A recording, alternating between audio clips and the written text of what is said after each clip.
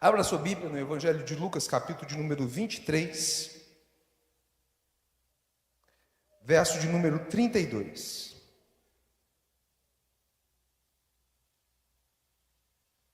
Em 2025 nós elegemos como um ano em que nós dedicaríamos uma atenção para a palavra. E em função disso, nós, alinhados com a visão da Assembleia de Deus de Sobradinho, igreja que meu pai preside, nós temos adotado que 2025 é o ano da palavra. Amém? E hoje, em especial, eu quero olhar para a palavra de Deus e discernir que ela é suficiente. É importante que a gente considere isso. Ela é suficiente. E eu acho tão interessante porque o salmista, no Salmo 19, verso de número 7, ele diz assim: a lei do Senhor é perfeita e revigora a alma. Os decretos do Senhor são dignos de confiança e dão sabedoria aos ingênuos. Lembra que eu destaquei aqui que muitas crianças que aqui estão sendo usadas por Deus para poder trazer os pais à casa do Senhor? É o cumprimento da palavra. É o cumprimento daquilo que o salmista expressa aqui. Ela tem essa capacidade singular de dotar crianças de sabedoria. Ela tem a capacidade de trabalhar corações de avós que se preocupam com a formação de seus netos. Eu conversava com um querido irmão nessa semana e ele comentava comigo acerca de uma missão que ele e a esposa estavam dividindo. Eles estavam convictos de que por 2 anos Deus havia considerado que eles dedicariam a vida deles, a partir de agora, para poder ajudar os seus filhos no processo de formação cristã dos seus netos. Sabe por quê? Porque os pais não estão sendo capazes de ensinar aos filhos aquilo que no passado receberam dos seus pais. Eu temo muito pela geração das minhas filhas, aonde a palavra de Deus não tem sido trabalhada como um princípio de suficiência. E nós precisamos de estar alertas em relação a isso. A palavra do Senhor é suficiente. Por isso que Paulo diz: olha, vocês estão discutindo de fato filosofia, povo de Corinto? Vocês estão interessados em falar sobre cultura? Eu nada decidia saber dentre vós a não ser uma coisa: a Jesus Cristo e este crucificado. É a mensagem da cruz que precisa de estar presente nos nossos corações. É a mensagem da cruz que precisa de pulsar dentro de cada um de nós. Eu conversava com 3 crianças e elas, filhas de missionários, estão na Inglaterra, e eles comentavam comigo que a grande missão da vida deles era falar de Jesus para os seus colegas. Eles precisavam de transmitir esses valores da fé para o coração daquelas crianças. Por quê? Porque a palavra é suficiente. Ela é fundamental. E nós precisamos de considerar isso, nós precisamos de validar isso. E aí, nessa conversa que eu fazia com uma criança de 7 anos de idade, ela dizia para mim: tio, eu tenho um colega, o nome dele é Joshua. Eu falei: Joshua? É isso mesmo, Joshua. O que significa Joshua? Joshua, da Bíblia. O senhor não conhece, tio? E meu inglês capenga, difícil de entender, até que eu compreendi que se tratava de Josué. E ele diz: o nome dele é Josué. E eu estava contando para ele quem era Josué. E ele ficava encantado com aquilo que eu informava a ele. Um certo dia ele disse para mim: eu contei para o papai que você contou a história de Josué. Papai me proibiu de conversar com você. E ele disse: mas não deixe de conversar comigo. Conte-me tudo, porque eu quero compreender um pouco mais dessas histórias maravilhosas que você me conta. A palavra de Deus é suficiente. Ela continua sendo suficiente. E eu quero olhar com vocês para palavras proferidas por Jesus, as quais nós destacamos que foram 7 frases proferidas por Cristo na cruz do Calvário, que ainda trazem a nós no dia de hoje uma doce esperança, porque a palavra do Senhor ainda é suficiente e será suficiente eternamente para todos nós. Amém? E aí eu quero ler com vocês a partir do verso de número 32, que diz assim: eram levados outros 2 que eram malfeitores para serem executados com Jesus. Quando chegaram ao lugar chamado Calvário, ali o crucificaram, bem como aos malfeitores, um à sua direita e outro à sua esquerda. Mas Jesus dizia: Pai, perdoa-lhes, porque não sabem o que fazem. Queridos, temos aqui a primeira declaração de Jesus proferida na cruz, a primeira frase das 7 frases que são mencionadas neste momento difícil experimentado pelo Salvador. De tamanho horror retratado pelas dramatizações de Mel Gibson, dramatizações do filme Calvário, dramatizações até mesmo daquilo que nós já assistimos aqui no Essência de Vida, no Essência Cinescência, através da descrição daquilo que o próprio Paulo pregava em detrimento do ocorrido aqui, na história que está relatada nos Evangelhos, especialmente nessa que li aqui no Evangelho de Lucas, capítulo de número 23.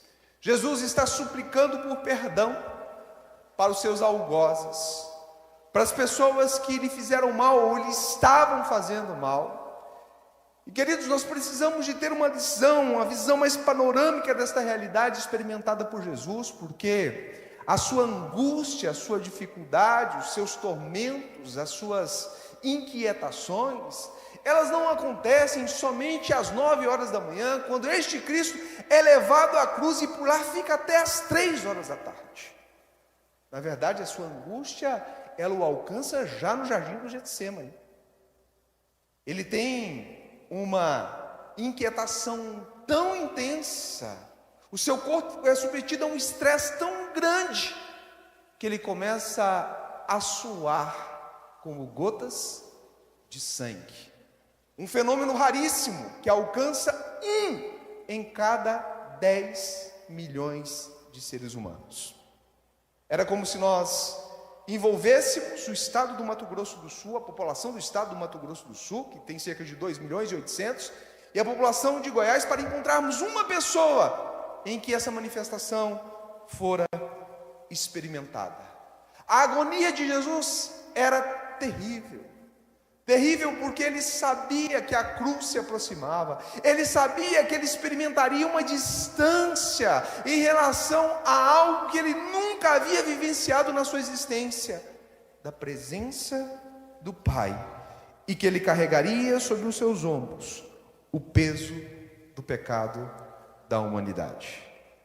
A Bíblia diz que ele é preso, ele é açoitado, ele é escarnecido, ele é humilhado, cospem no rosto dele, tampam seus olhos, lhe dão bofetadas, ridicularizam o nosso Salvador, o meu Salvador, dizem a ele: se tu és o Deus, diga quem te deu um soco, diga quem te bateu.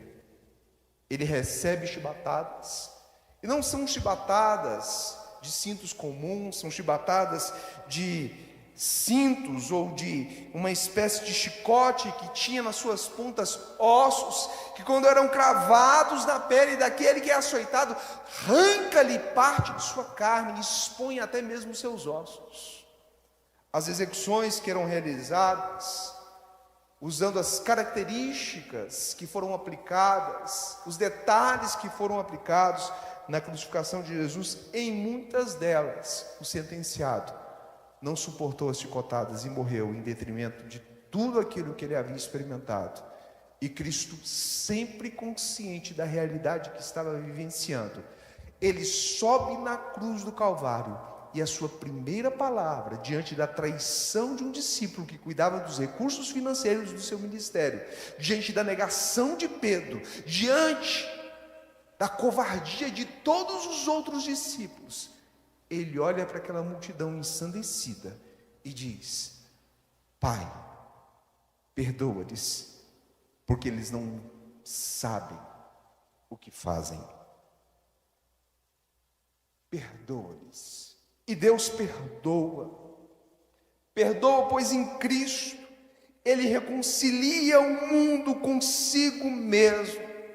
E uma pergunta precisa ser formulada para nós aqui hoje, já que a palavra é suficiente, já que as palavras proferidas por Jesus na cruz também são suficientes, porque a palavra de Deus é palavra proferida pela boca de Deus. Você hoje já perdoou o mundo? Ah, pastor, perdoei sim.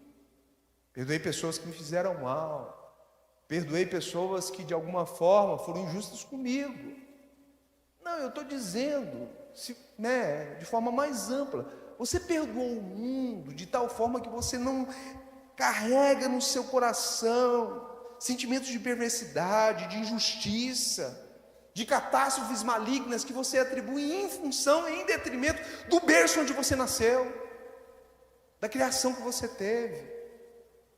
Tem gente que diz: olha, pastor, eu, graças a Deus fui salvo, mas pensa numa dificuldade enorme de ter nascido onde eu nasci, de ter sido criado por quem eu fui criado. Eu não tive um pai, eu tive um cachorro, um homem que me humilhava, um homem que expunha as minhas dificuldades. Eu sou salvo, mas eu não consigo apagar de mim essas memórias terríveis, eu não consigo me desvencilhar desta realidade. Jesus olhou para os seus algozes e disse: Pai, perdoa-lhes, porque eles não sabem o que fazem. Perdoar o mundo é pegar todos esses traumas, é olharmos para essas perversidades, é olharmos para essas catástrofes que alcançam os seres humanos e destacarmos o fato de que elas são periféricas, elas são pequenas demais diante da grandeza de uma glória que nos será revelada na eternidade, porque Jesus nos perdoou na cruz e suplicou ao Pai que nos perdoasse, porque nós não sabíamos o que estávamos fazendo com Cristo crucificado. Então, não te resta alternativa. Perdoe. Eu tenho as minhas dificuldades. Não estou aqui para poder dizer para você: olha, eu sou alguém que tem, tranquilidade. Eu não tenho. Sou de carne e osso como você. Terça-feira da semana passada, o pastor Davi me mandou uma mensagem. Era por volta de 10 horas da noite. Pastor, tem algum pedido de oração? Já viu quando alguém te pergunta e você parece não conseguir organizar os pedidos que você tem? Eu parei um tempo, comecei a pensar: o que eu vou escrever para ele? Ah, já sei. Vou escrever sobre essa situação que está gerando um estresse no meu trabalho, vou escrever sobre essa outra situação, vou escrever sobre esse outro problema, essa outra demanda, e está tudo resolvido. E fui, mandei a mensagem para ele pelo WhatsApp. De repente o Espírito Santo começou a incomodar-me. Você precisa de tratar seu coração. Lembra aquela pessoa que você está ainda ressentido? Suplica para que o Espírito Santo trabalhe no seu coração, gerando perdão. E aí eu mandei para ele, olha, depois de 15 minutos, que a gente insiste, né? Não vou me expor. Não posso me expor a tamanha ridicularização. Eu sou pastor dele. Ele pode me ver como alguém que carrega pecados. Eu disse para ele, olha, eu tenho uma dificuldade, amigo. Eu tenho um problema. Eu preciso de reparar o meu coração em relação a essa pessoa. E há muito tempo essas coisas têm me incomodado e eu quero pedir que Deus trabalhe no meu coração para que perdões sejam promovidos dentro de mim. E pedi para ele. Quarta-feira ele me chamou, depois do culto, e disse, pastor, sabe aquele pedido que você me fez? Foi o momento mais difícil da minha oração. Porque a gente tem dificuldade de perdoar. E a gente trava uma batalha espiritual enorme quando a gente resiste em trabalhar um perdão. Um perdão que temos recebido, mas somos deficitários em oferecer àqueles que não sabem que estão produzindo mal em nós. Sabe por quê? Porque quando o mal nos domina, porque quando nós somos conduzidos pelo príncipe das potestades do ar, em muitos ciclos da nossa caminhada, a gente perde a nossa capacidade de enxergar a vida sobre as lentes do Salvador. E a gente se cinge de um senso de justiça. Por isso que Jesus diz, eles ainda não mudaram as suas mentes, eles ainda não foram transformados na sua compreensão acerca da realidade. Se eles soubessem que eu sou de fato quem eu sou, eles não fariam isso. Portanto, Pai, perdoa-lhes, porque eles não sabem o que fazem. A segunda frase proferida por Jesus está em detrimento de uma resposta que ele dá a um dos homens que lhe suplica por salvação, por resgate. A Bíblia vai nos dizer, vai nos informar que no exato momento da crucificação, Jesus se vê diante de duas pessoas, um à sua esquerda e outro à sua direita. Ele está no centro, dividindo através desse retrato aquilo que constitui-se neste processo maravilhoso da redenção, onde ele consuma a obra de salvação. Existe um que aceita, mas existe outro que tristemente rejeita a mensagem. Aquele que aceita suplica, Pai, lembra-te de mim quando entrares no teu reino, lembra-te de mim quando entrares no paraíso. E Jesus olha para aquele homem que suplica por salvação e diz a ele, hoje mesmo em verdade te digo, estarás comigo no paraíso. A cruz propicia o acesso ao paraíso, a cruz propicia o acesso do homem a um tempo de conectividade com o Pai. A cruz propicia ao homem a oportunidade de se ver mais uma vez envolto pelo abraço do Pai Todo-Poderoso, que tem propósito de salvar aquele que suplica por salvação. O Senhor não despreza um coração quebrantado e contrito. Agora, é importante a gente olhar o panorama geral, porque Mateus e Marcos faz questão de afirmar que às 9 horas da manhã, quando Jesus é levado à cruz, depois de passar uma via dolorosa terrível, de ser açoitado a madrugada inteira, de ser exposto o tempo inteiro, de perceber que há um conluio de pessoas que são inimigas, porque Pilatos tinha o seu algoz também, que era o seu próprio inimigo, que liderava a Galileia, mas ele se une a ele para poder cumprir aquilo que a população, a comunidade estava disposta a enxergar: a crucificação de Jesus. Os sistemas religiosos estavam interessados na crucificação do Mestre. O sistema político estava interessado na crucificação do Mestre. Afinal de contas, ele era uma ameaça.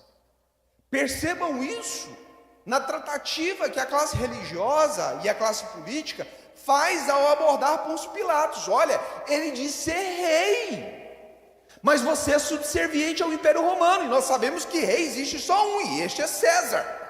A Bíblia diz que ele estava disposto a isentar Jesus de qualquer penalidade, porque ele não via culpabilidade em Jesus. Mas o que ele faz? Ele resolve garantir a manutenção do status quo. Ele diz: ok, vocês estão querendo, e se vocês estão querendo, vou servi-los em conformidade com o pedido que fizeram nesse cardápio horrendo, que vocês apontaram o dedo e disseram: queremos a crucificação dele. Não tem problema. E Marcos e Mateus faz questão de afirmar que ambos os ladrões que foram sentenciados com Jesus e mortos na cruz também insultavam o Mestre. Mas a Bíblia vai dizer mais tarde que em um dado momento uma chave gira no entendimento do coração de um, e ele percebe que ele tem diante dele o Filho de Deus. Queridos, e eu penso, coisa da minha cabeça, tá? Na eternidade eu vou perguntar: vem cá, o que foi que girou? Qual foi a chave que girou no seu coração para que você, entre a afronta proferida a Cristo, você consegue transformar a sua compreensão acerca daquele que tinha diante dos seus olhos, dizendo: olha, lembra-te de mim quando entrares no teu reino. Eu penso, queridos, que a palavra proferida pela boca de Jesus, suplicando ao Pai: Pai, perdoa-lhes, porque eles não sabem o que fazem, gira uma chave de entendimento daquele homem. Porque quando o perdão é experimentado, escamas são caídas dos nossos próprios olhos, vendas são desfeitas, e a gente consegue enxergar a manifestação do amor de Deus, porque a sua palavra é suficiente.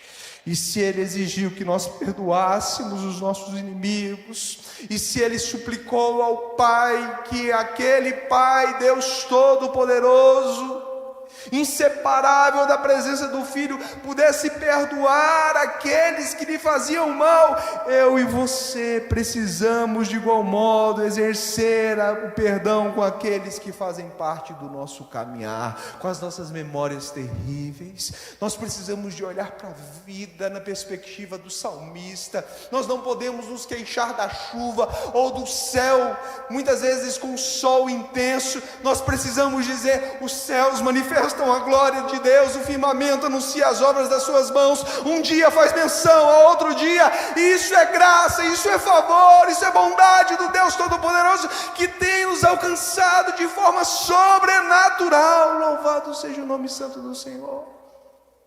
Nós precisamos de nos apegar a isso. Nós temos, na sequência das palavras proferidas por Jesus, uma terceira frase. Ele olha para João,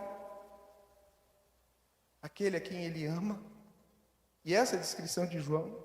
É interessante que João faz isso na terceira pessoa, não atribuindo a si o mérito dessa aparente predileção. Quando a gente lê, a gente fica tocado por isso, né? Diz: olha, deixa eu te contar um negócio, rapaz. Eis aí a tua mãe. Ele olha para a sua própria mãe e diz: mãe, eis aí o teu filho. A vida continua para todos, para vocês, inclusive para mim. Mas eu vou viver numa outra dimensão de realidade. Necessário se faz que eu viva isso que vocês estão assistindo eu viver, até uma morte. porque eu estou aqui disposto a pagar o salário do pecado, porque o salário do pecado é a morte. Eu vou ressuscitar, mas ao ressuscitar vocês poderão e deverão continuar a exercer o cuidado, o amor mútuo, zelando um pelo outro. Por isso, filho, eis aí a tua mãe. Mãe, eis aí o teu filho. Cuidem um do outro. Cuidem um do outro. Cultivem um zelo, um amor dedicado um pelo outro. Jesus diz isso na cruz, e isso precisa ainda no dia de hoje ser rememorado por nós, porque a palavra de Deus nos é suficiente. Nós temos então a quarta palavra proferida por Jesus, um grito de angústia e desespero, revelando a experiência humana de Jesus e também a sua luta contra a própria morte, cumprindo-se um dos salmos que são conhecidos como salmos proféticos, Salmo de número 22, onde Jesus, conhecedor da palavra suficiente, consciente da sua dor, consciente de que aquele pecado que ele carrega sobre os seus ombros, o peso desse pecado, o distanciará de Deus. A Bíblia diz que o próprio Pai vira o rosto para poder não ver e não contemplar o sofrimento de Cristo, afastando-se completamente de todo aquele ato horrendo, experimentado na cruz. E o Cristo na cruz diz: Eloi, Eloi, lama sabachthani. Deus meu, por que me desamparaste? Deus meu, por que me desamparaste? Tamanha era a angústia daquele distanciamento experimentado por Jesus, através desse distanciamento, daquilo que era inseparável, mas através da cruz experimenta um momento transitório de separação. E Jesus tem a ausência da presença do Pai, e por isso a sua alma grunhe, geme. Por isso ele diz: Eloi, Eloi, lama sabachthani. Porque ele carrega sobre os seus ombros o peso do meu e do seu pecado. E ao mesmo tempo ele transmite a mim e a você que não existe dor maior do que experimentar a distância da presença do Pai, e as nossas dificuldades momentâneas e leves não podem ser comparadas àquilo que ele experimentou na cruz. Logo eu e você podemos olhar para as dificuldades, para os problemas, para as inquietações, para os incômodos, e dizer: sai para lá, porque eu sei em quem tenho crido, e eu sei que Ele é poderoso para guardar o meu bom tesouro, para poder me preservar até o dia glorioso em que eu ouvirei, em que eu verei a face do Deus Todo-Poderoso, do Pai Eterno, do Cristo, Filho de Deus, dizendo a mim: venha bendito do meu Pai para o reino que lhes foi preparado desde a fundação do mundo. Louvado seja o nome santo do Senhor. Palavra suficiente. E aí, nós vemos mais uma descrição de fragilidade. Quando Jesus, possivelmente muito desidratado, suplica por água. Tenho sede. Quantos de nós temos sede? Sede de água? É suportável vivermos num período muito longo, alcançado pela sede? A gente não consegue organizar as nossas ideias. A gente não consegue pensar e resolver problema que demandará de nós esforço pelos próximos 15 minutos. Primeiro a gente tem que atender uma necessidade imprescindível. Alisson destacou aqui domingo passado algo muito tocante, quando ele descreveu o que é essencial. Água é essencial. A gente tem sede. Ao ter sede, nós precisamos de ter a nossa sede suprida. E suprida por quê? Por água.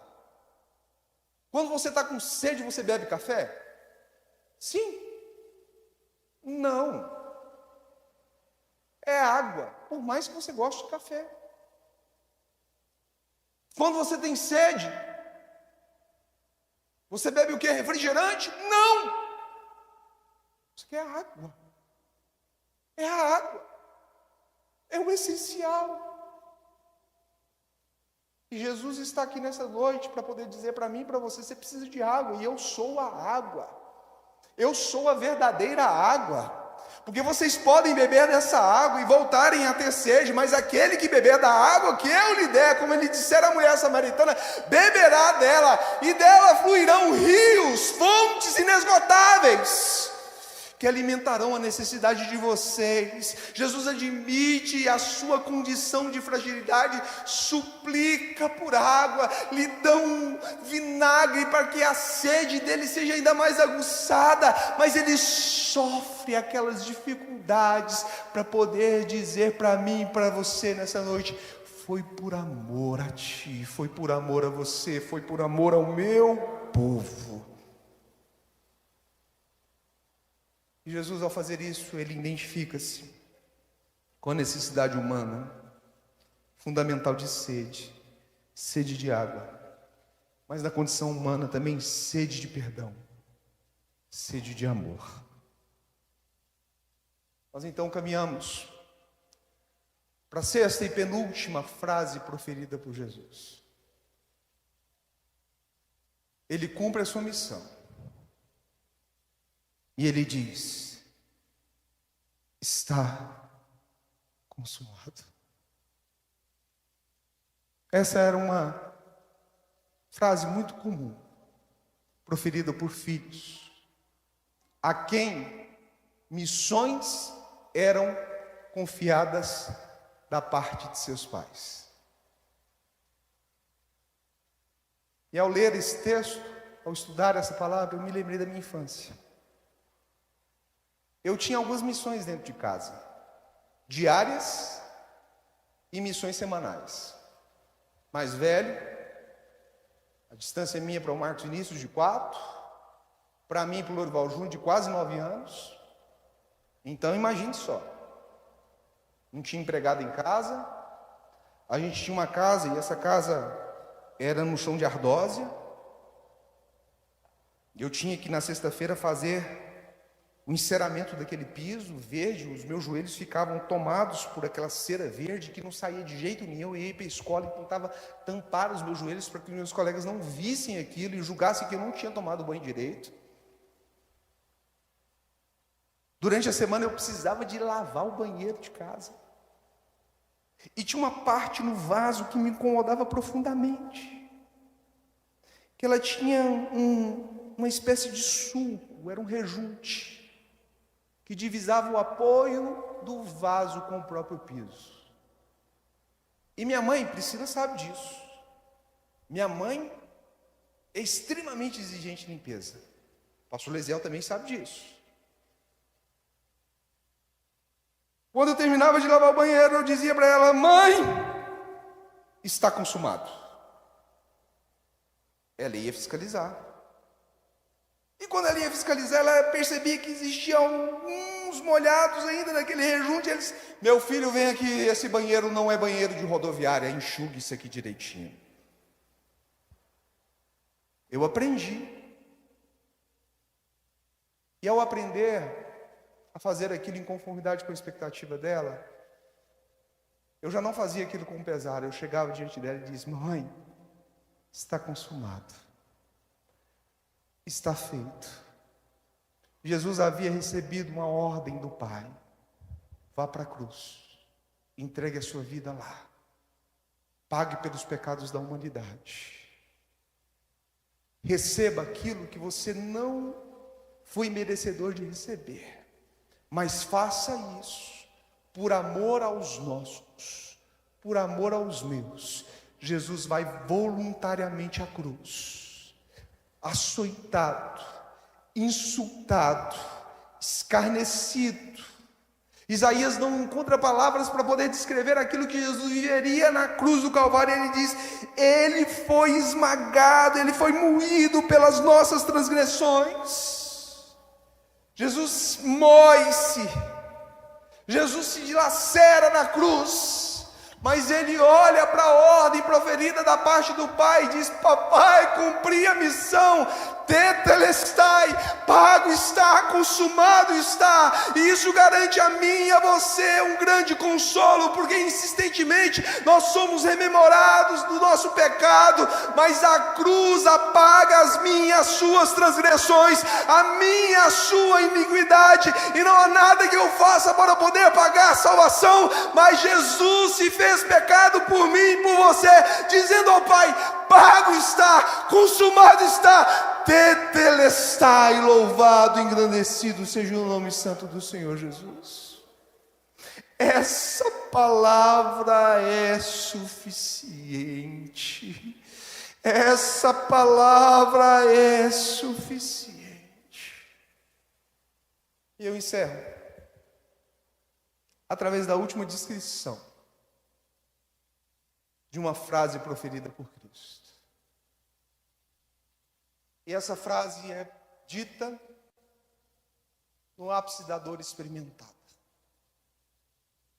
Ele olha para o Pai e diz: Pai, nas tuas mãos eu entrego o meu espírito.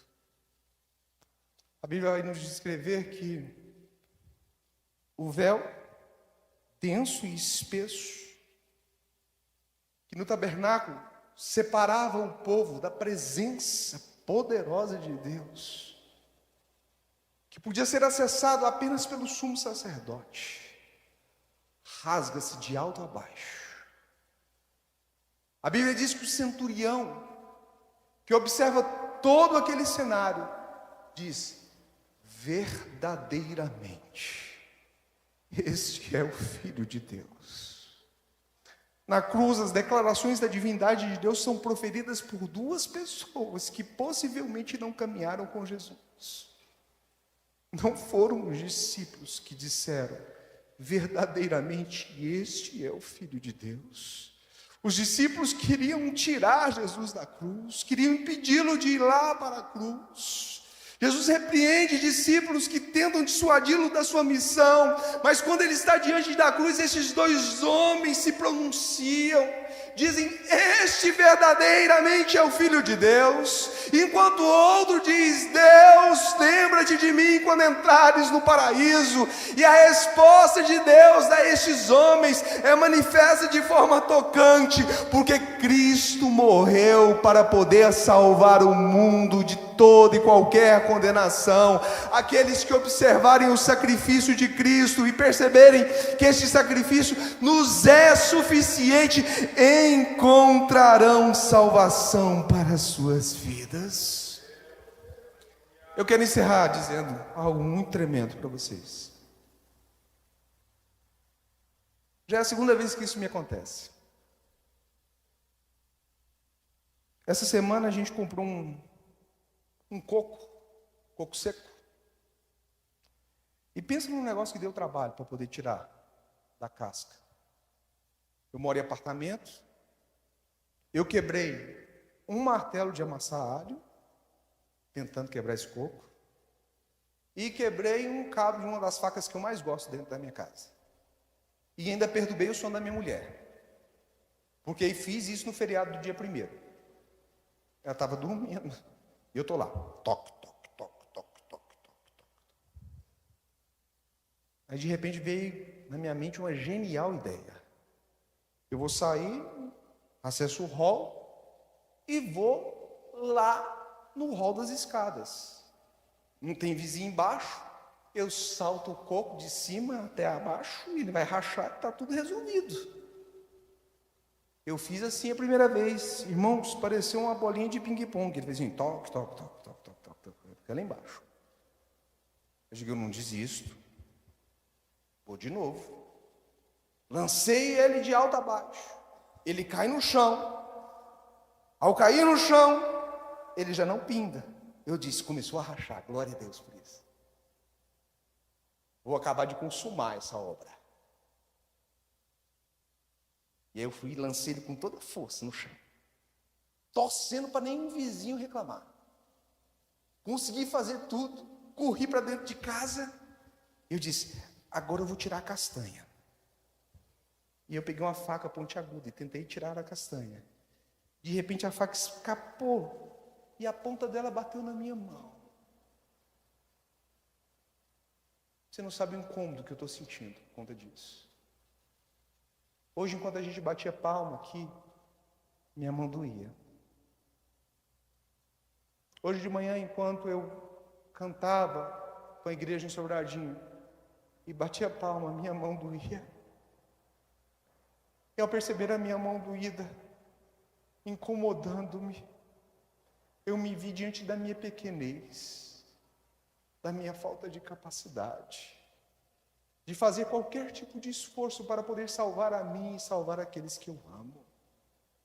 Porque eu sou capaz de sentir essas dores aqui, e muitas vezes até mesmo resmungar, até mesmo maldizer, mas Cristo, quando morreu na cruz, tem as suas mãos cravadas nessa cruz, e mais tarde, quando ele tem a oportunidade, já ressuscitado, de encontrar com seus discípulos, ele se avista com Tomé, aquele que diz, olha, se eu não tocar nas suas mãos, se eu não sentir através do tato dos meus dedos, aquilo que foi cravado nas mãos, e tocar as feridas, os buracos na mão do meu Salvador, eu não crerei que ele ressuscitou.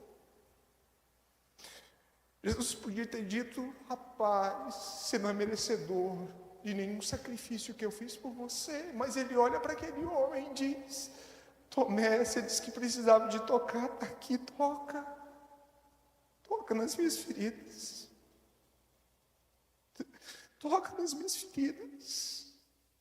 Você precisa de acreditar nisso, e para acreditar você precisa de tocar. Eu estou aqui para você tocar nas minhas feridas, perceber as minhas chagas, não porque eu quero expor as suas dúvidas, não, mas porque eu quero estabelecer contigo conectividade. Eu quero te possibilitar uma visão de um novo e vivo caminho que a cruz representa para você e para os meus amados. Eu acho tocante, queridos, a pregação de Pedro em Atos dos Apóstolos, capítulo de número 2. Mesmo Pedro que tinha renegado, mesmo Pedro que tinha fugido covardemente, mesmo Pedro que não tinha admitido que fazia parte do grupo que entregava o ministério de Jesus, que disse por 3 vezes, olha, eu não conheço esse homem, nunca nem vi falar, esse Pedro prega, e ao pregar uma mensagem dura sobre a cruz de Cristo, sobre essa palavra que é suficiente, sobre essa mensagem que é suficiente, ele ouve daqueles irmãos, tá, a gente fez tudo isso, o que a gente vai fazer então? Aí Pedro diz, no verso de número 38 de Atos 2, arrependei-vos, e cada um de vós seja batizado em nome de Jesus Cristo, em remissão de pecados, e recebereis o dom do Espírito, porque a promessa vos diz respeito a vós, aos vossos filhos, e a todos que estão longe, a tantos quantos Deus nosso Senhor chamar. Deixa eu te falar uma coisa, tem gente que está enfrentando problema com o filho, não desista, não desista. Não desista. Tem gente aqui que está enfrentando dificuldade com o cônjuge, relutante em ouvir a mensagem do Evangelho. Não desista, em nome de Jesus. Em nome de Jesus. Deus não te chamou para poder desistir daqueles que Ele tem colocado diante de você. Não lave as suas mãos. Interceda por eles. Coloque a vida deles diante do Senhor e diga, Senhor, eles me são muito importantes, eu os amo. O meu desejo é de que eles vejam a tua glória, de igual modo como o Senhor suplicou ao Pai em João 17, que aqueles a quem o Senhor ama pudessem contemplar a sua glória. Eu quero ver a sua glória, mas eu quero que o Senhor permita que os meus filhos também enxerguem a sua glória. Sabe por quê? Porque a cruz dá a mim, a você a garantia desse novo e vivo caminho que pode ser experimentado através da consciência daquilo que esta cruz representa. E essa cruz representa salvação. Salvação. Eu quero te convidar nessa noite a ficar de pé em nome do Senhor Jesus.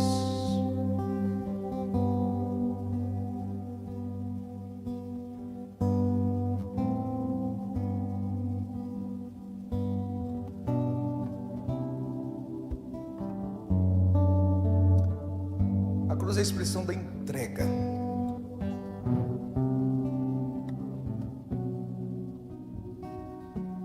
Da entrega perfeita de um Deus perfeito. Mas exige de nós também uma entrega. E essa entrega, ela é fundamentada através de renúncias que a gente faz das nossas convicções, porque a gente sempre acha que a gente tem saída para tudo, e como a gente vive uma sociedade em que a gente acha que tem resposta para tudo, faça isso, você vai sair desse problema, dessa dificuldade, desse imbróglio todo. Pode ser que a gente até consiga um êxito, 2 êxitos, mas vai chegar num ciclo da caminhada que a gente vai precisar de algo muito mais profundo.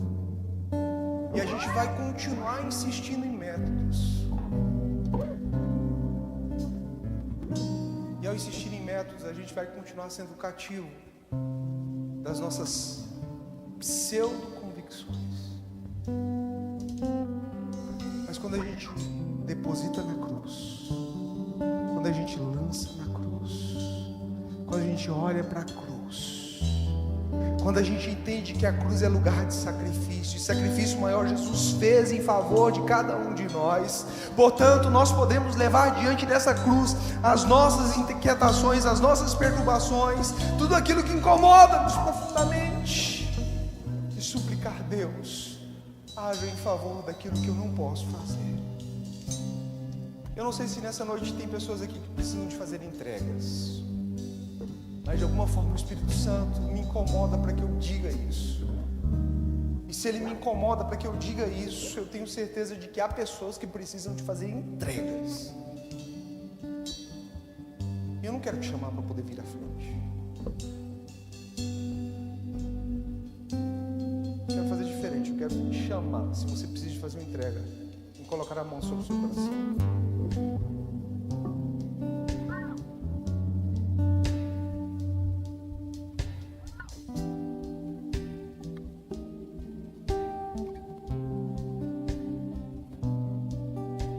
Por que a gente precisa de colocar a mão sobre o nosso coração? Porque a gente é tomado pelo senso de achar que a gente sabe fazer. A gente não sabe fazer. A gente tem lapsos de bondade, mas bom só um que é Deus.